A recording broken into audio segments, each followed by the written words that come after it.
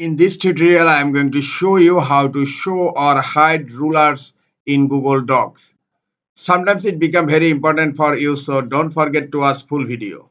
You will find a ruler on upper and left corner, and you can hide or show this ruler.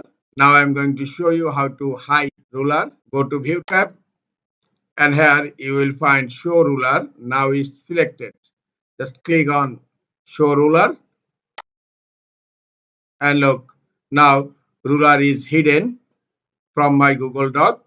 And again, if you want to show ruler the same way, go to View tab and click on Show Ruler, and ruler is showing now. Another way, right click on ruler and you will find Show Ruler. Just click on Show Ruler. The ruler is hidden. If you want to show ruler again, you have to go to View tab and again click on Show Ruler. The ruler is showing now.